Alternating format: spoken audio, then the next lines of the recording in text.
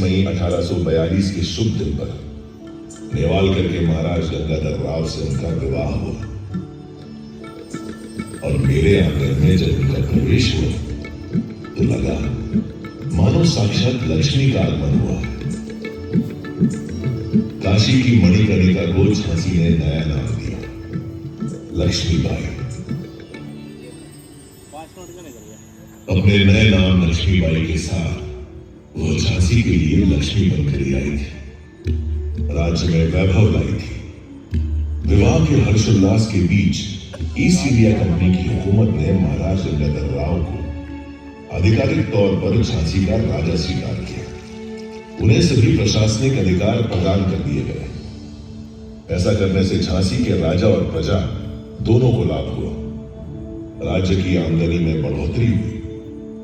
महाराज गंगाधर राव को कनक मिश्री और भवानी शंकर की तरफ से सलामी दी गई।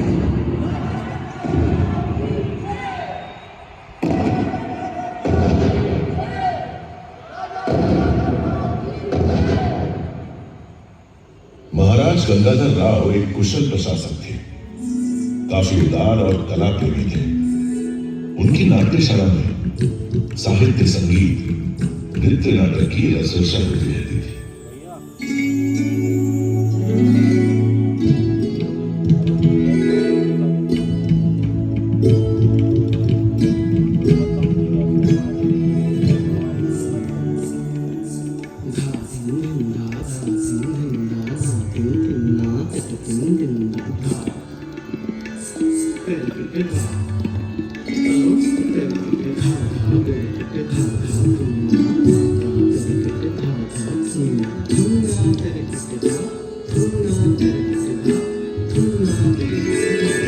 नाट्यशाला में मधुर संगीत की स्वर लहरियां गूंजा करती थी, तो दूसरी ओर कारावास में कठोर दंड पाए हुए अपराधियों की चीख पुकार दिल दहलाती थी।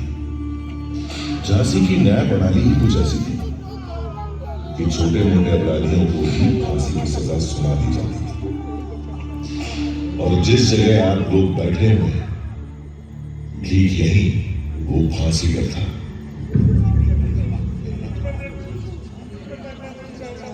एक दिन रानी लक्ष्मीबाई सुबह सुबह शिव पूजन के लिए इधर से जा रही थी। उन्होंने फांसी सजा याफ्ता एक अपराधी की चीखें सुनी। उनका मन विचलित होगा। उन्होंने महाराज गंगाधर राव से इस फांसी की सजा और इस फांसीगर को झांसी से सजा हटाने का अनुरोध किया। इस अमानवीय न्याय प्रणाली को जल्द से जल्द रोकिए महाराज। फांसी की सजा और ये फांसी घर झांसी के किले से सदा सदा के लिए हटवा दे। आपसे मेरा ये अनुरोध है। महाराज ने रानी का अनुरोध स्वीकार कर लिया और झांसी में फांसी की सजा पर पूर्ण प्रतिबंध लगाने का आदेश जारी कर दिया। उसी दिन से झांसी गले की फांसी, दतिया गले का हार सिर्फ कहानी की बात है। झांसी की प्रजा ने इस नर्म दिल आदेश की सराहना की और महाराज का अभिनंदन किया। झांसी में इंसानियत की हवाएं बहने लगी। देश प्रेम की एक लहर के साथ नई ऊर्जा का प्रसार होने लगा। सुरक्षा की जिम्मेदारी अब केवल पुरुषों की नहीं रह गई थी, महिलाओं ने भी कमान संभाली। रानी लक्ष्मीबाई स्वयं तलवारबाजी एवं घुड़सवारी में निपुण थी। उन्होंने झांसी की स्त्रियों में भी इस कौशल का विकास किया। शस्त्रागार में नए हथियार ढलने लगे।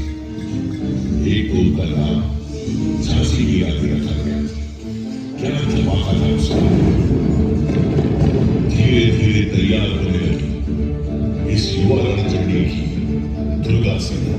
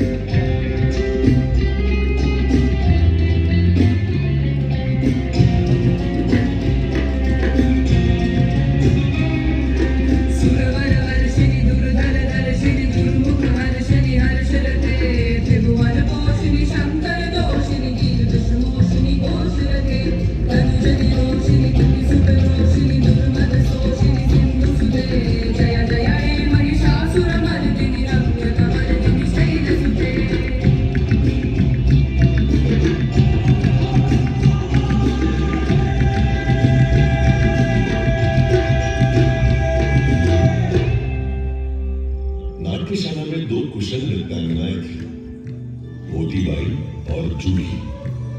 मैंने स्वयं देखा कि कैसे नृत्य का अभ्यास छोड़कर वे रणभूमि में तलवारबाजी और घुड़सवारी के गुर सीखने लगी। देखते ही देखते रानी लक्ष्मीबाई की दुर्गा सेना झांसी की सुरक्षा करने में समर्थ हो गई। झांसी में जो लक्ष्मी बनकर आई थी, वो अब दुर्गा बनकर प्रजा के दिल पर राज करने लगी। कुछ समय बाद वो पल भी आ गया जिसका झांसी राज्य बेसब्री से इंतजार कर रहा था। रानी लक्ष्मीबाई की गोद भर गई। झांसी राज्य को उसका उत्तराधिकारी मिल गया। महाराज गंगाधर के आंगन में थालियां बजी। पूरा झांसी राज्य खुशियों से सराबोर हो उठा। झांसी के इस उत्सव को न जाने किसकी नजर लग गई। खुशियों की शहनाइयों से अचानक मातम के स्वर फूटने लगे। मात्र 3 माह की किलकारी को क्रूर काल निकल गया। रानी की गोद उजड़ गई। इस घटना से महाराज गंगाधर को गहरा सदमा लगा। उनका स्वास्थ्य बिगड़ने लगा। उन्हें लाइलाज लोगों ने घेर लिया। महाराज को झांसी के भविष्य की चिंता सताए जा रही थी। झांसी के राज सिंहासन को वारिस मिल सके, इस उद्देश्य से उन्होंने अपने ही वंश के एक बालक को गोद लिया। महाराज गंगाधर और रानी लक्ष्मीबाई ने इस दत्तक पुत्र का नाम रखा दामोदर राव।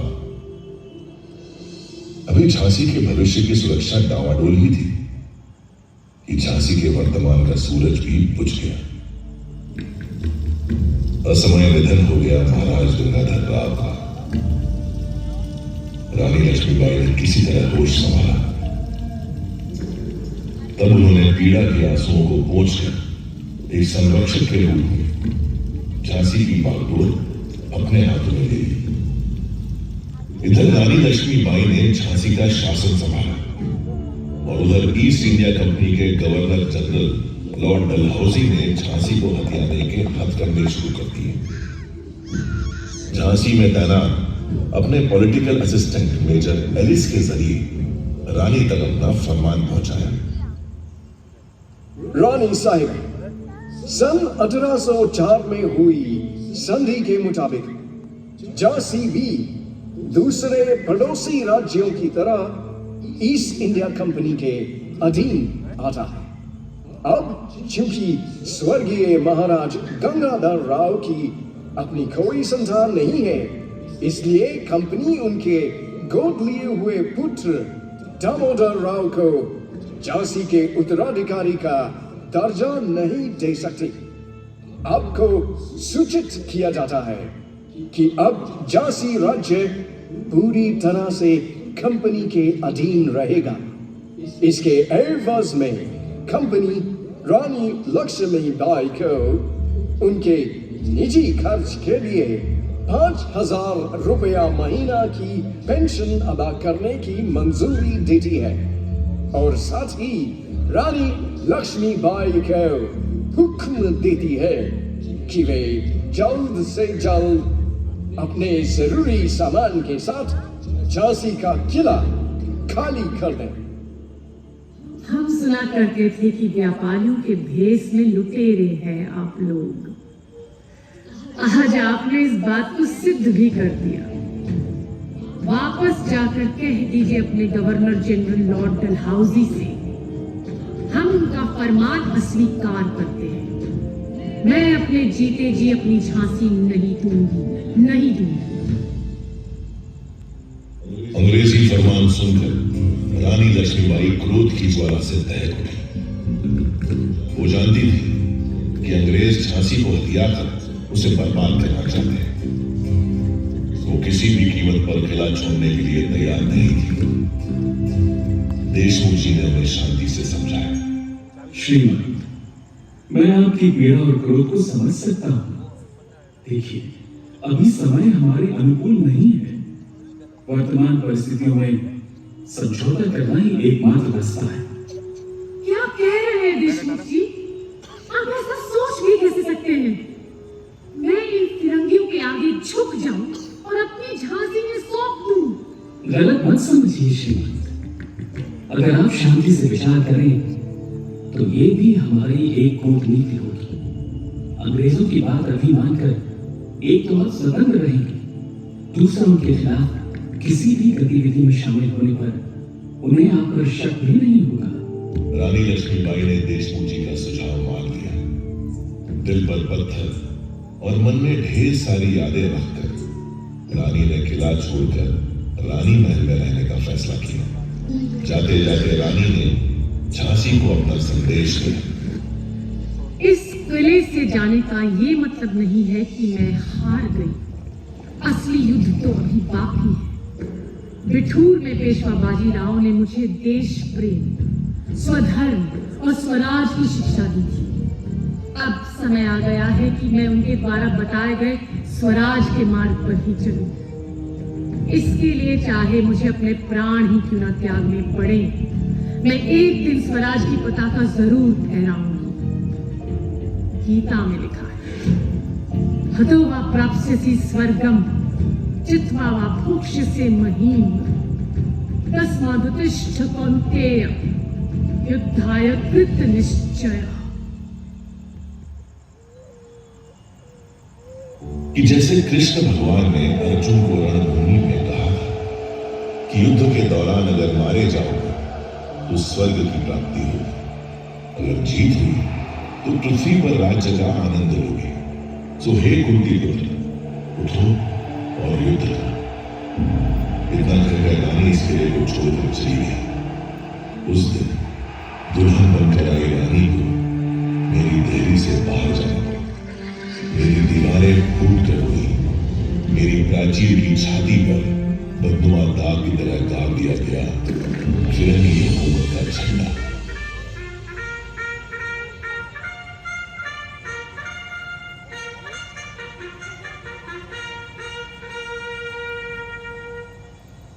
हंसती खेलती झांसी का सुख वैभव छिन गया। अंग्रेजी हुकूमत ने न केवल आम जनता को प्रताड़ित किया, बल्कि रानी का अपमान करने का भी कोई मौका नहीं छोड़ा।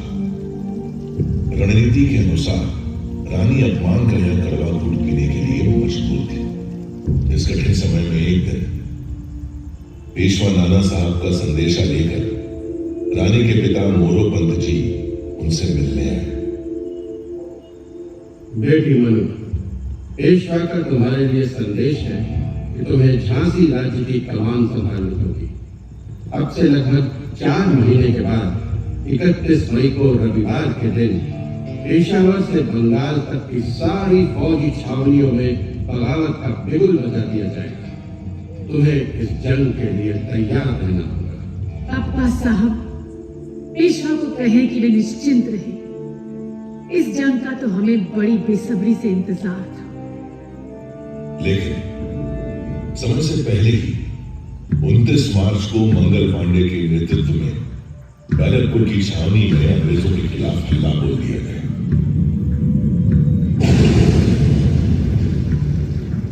मंगल पांडे की शहादत का शुभ समाचार भी आया। लेकिन 10 मई आते आते मेरठ में भी बगावत की शुरुआत हुई, जो दिल्ली को आजादी दिलाने तक जा पहुंची। अब बारी थी झांसी।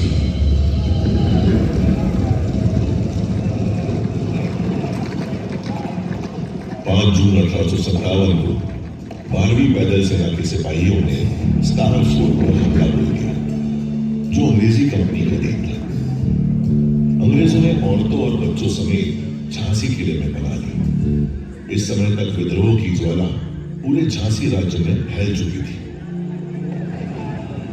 8 जून 1857 की सुबह सिपाहियों ने कैप्टन गॉर्डन को मार गिराया।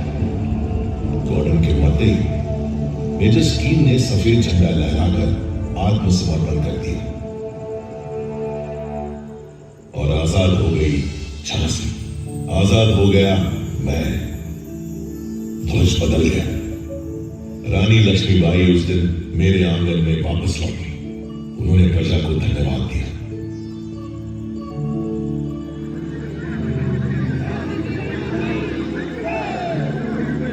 मुझे गर्व है आप सभी पर, आपके हौसलों पर, आपकी बहादुरी पर। अगर आप लोग इस लड़ाई में अंग्रेजों के खिलाफ खड़े न होते तो हम ये जंग कभी नहीं जीत पाते। लेकिन याद रहे, खतरा अभी पूरी तरह से टला नहीं है। हमें चौकन्ना रहना होगा। अंग्रेज कभी भी पलटवार कर सकते हैं। हमें झांसी को फिर से उन्नति की राह पर लाना है। झांसी के विकास का काम शुरू हो गया।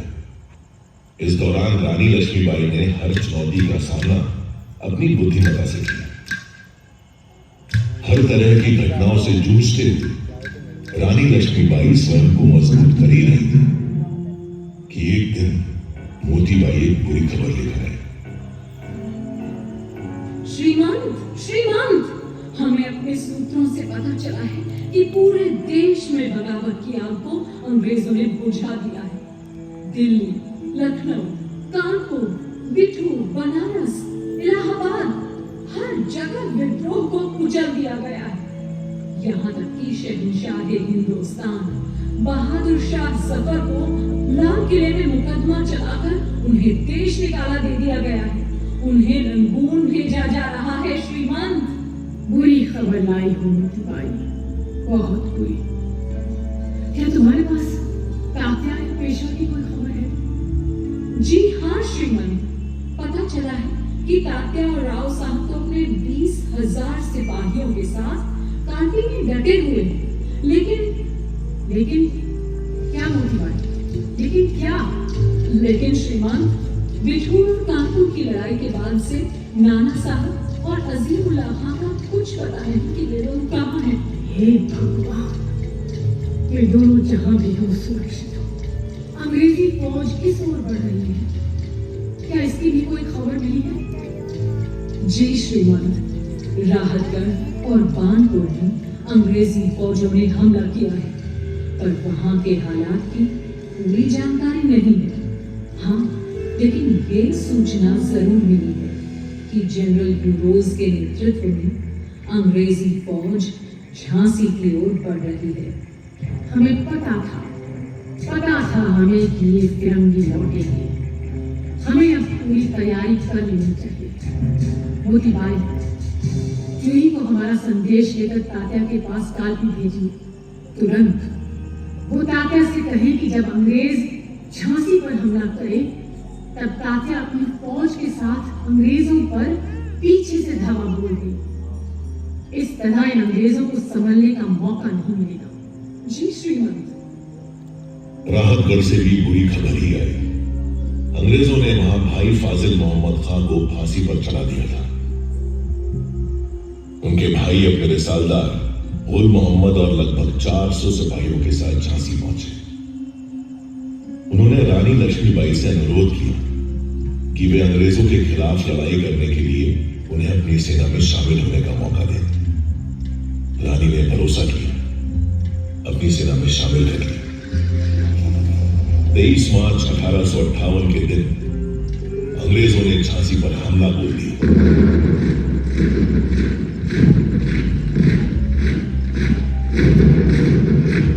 बारूद के धमाकों के बीच खड़ा मैं ये सब देख रहा था, लेकिन झांसी में वफादारों की भी कोई कमी नहीं थी। फाटक पर ही अंग्रेजों पर टूट पड़े कुंवर खुदा बख्श। लड़ते लड़ते उन्होंने अपने प्राणों की आहुति दी।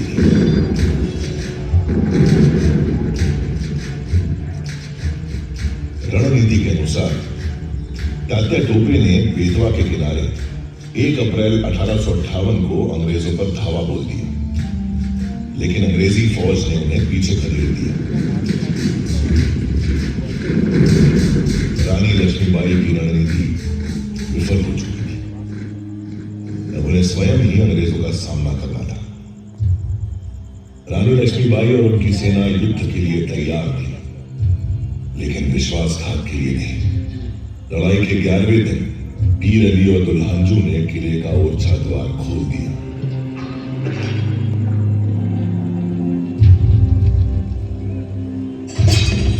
अंग्रेजी फौजें शहर में प्रवेश करने में सफल हुई। इधर किले के बुर्ज पर पहले गौस खां और फिर थोड़ी देर बाद मोतीबाई भी शहीद हुई। रानी लक्ष्मीबाई ने अपने 3 सबसे होनहार सैनिकों को खो दिया।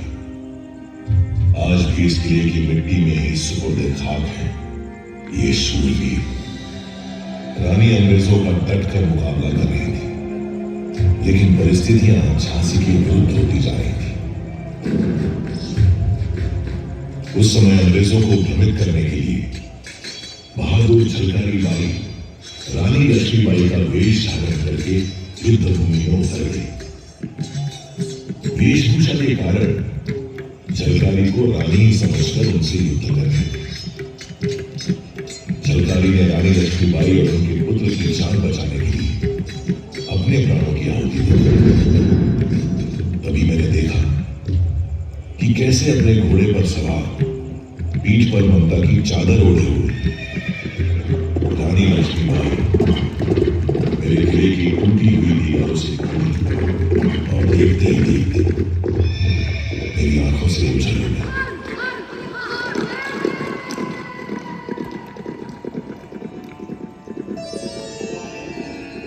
उस काली रात को मुझे झांसी से जाना पड़ा था, लेकिन मैंने प्रण लिया था कि जब तक जीवित हूं तब तक मातृभूमि की रक्षा के लिए लड़ती रहूंगी। मेरी इस लड़ाई में ग्वालियर के सैनिकों ने मेरा साथ दिया और मैंने बिना लड़े ही जीत लिया ग्वालियर का किला। ग्वालियर की जीत स्वराज के लिए सिर्फ एक कदम है।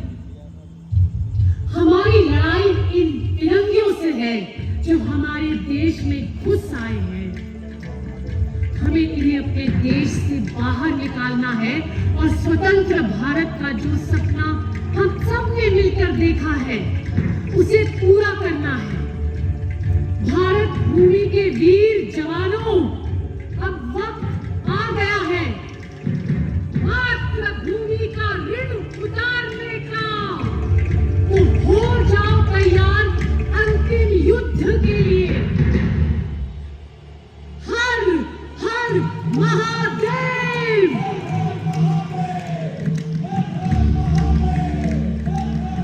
अंग्रेजों से अंतिम युद्ध का समय आ गया था। मुंदर, देशमुख जी, जवाहर सिंह, रघुनाथ सिंह और गुल मोहम्मद रानी के साथ थे। सूरज निकलते ही जंग शुरू हो गई। रानी लक्ष्मीबाई की तलवार के आगे दुश्मनों के पैर उखड़ने लगे। पहला पहर रानी लक्ष्मीबाई के पक्ष में था।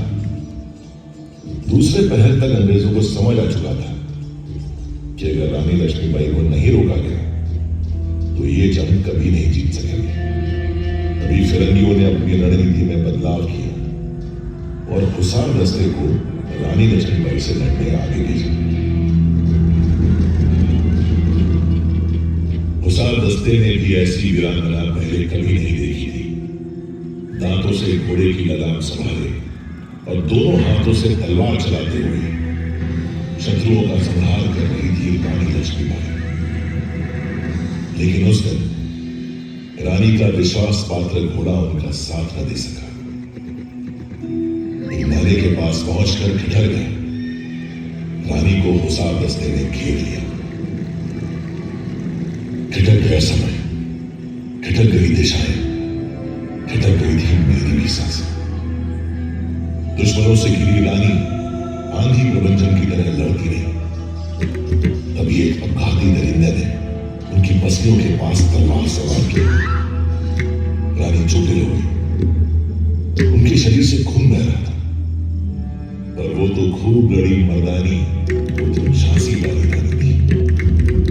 घाव खाकर भी पूरे दाव और चाव से उतरते हैं। एक एक कर शत्रु धराशायी हो गए। किसी ने उनके सिर पर वार किया। इस बार उनकी आंख जख्मी हो गई, उन्हें ठीक से दिखाई नहीं दे रहा था। फिर भी रानी डटी रही। हुसारों का सफाया करते हुए तभी गुल मोहम्मद और बाकी साथी रानी के पास पहुंचे।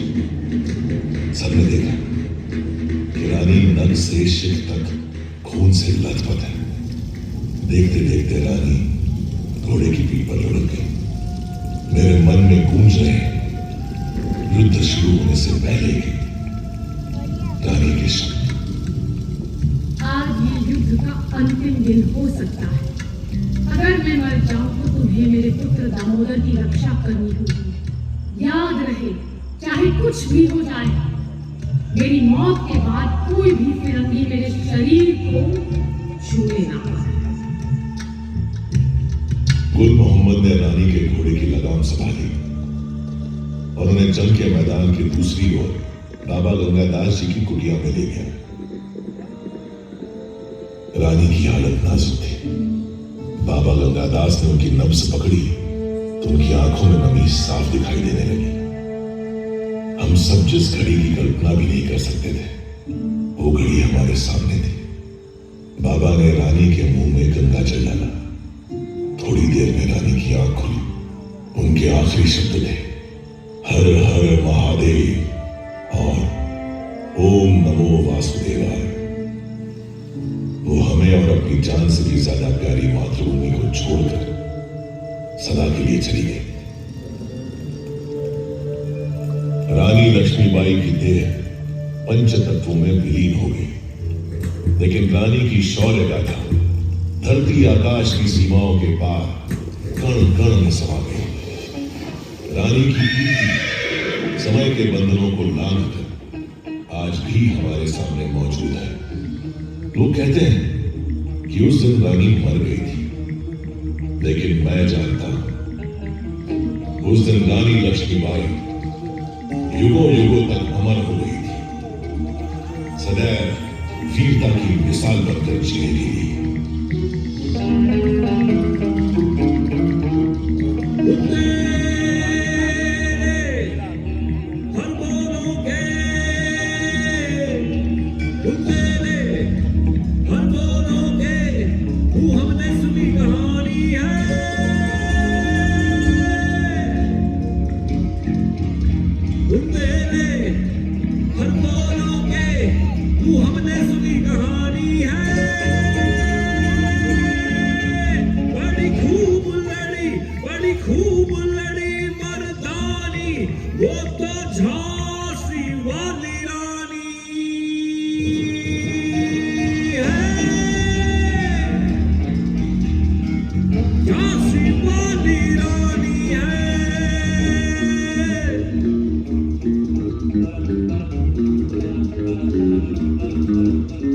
कानपुर के नाना की मुंह बोली बहन छबीली थी। नाना के संग पढ़ती थी वो, नाना के संग खेली थी। पर्ची डाल कृपाण कटारी उसकी यही सहेली थी। वीर शिवाजी की गाथाएं उसको याद जबानी थी।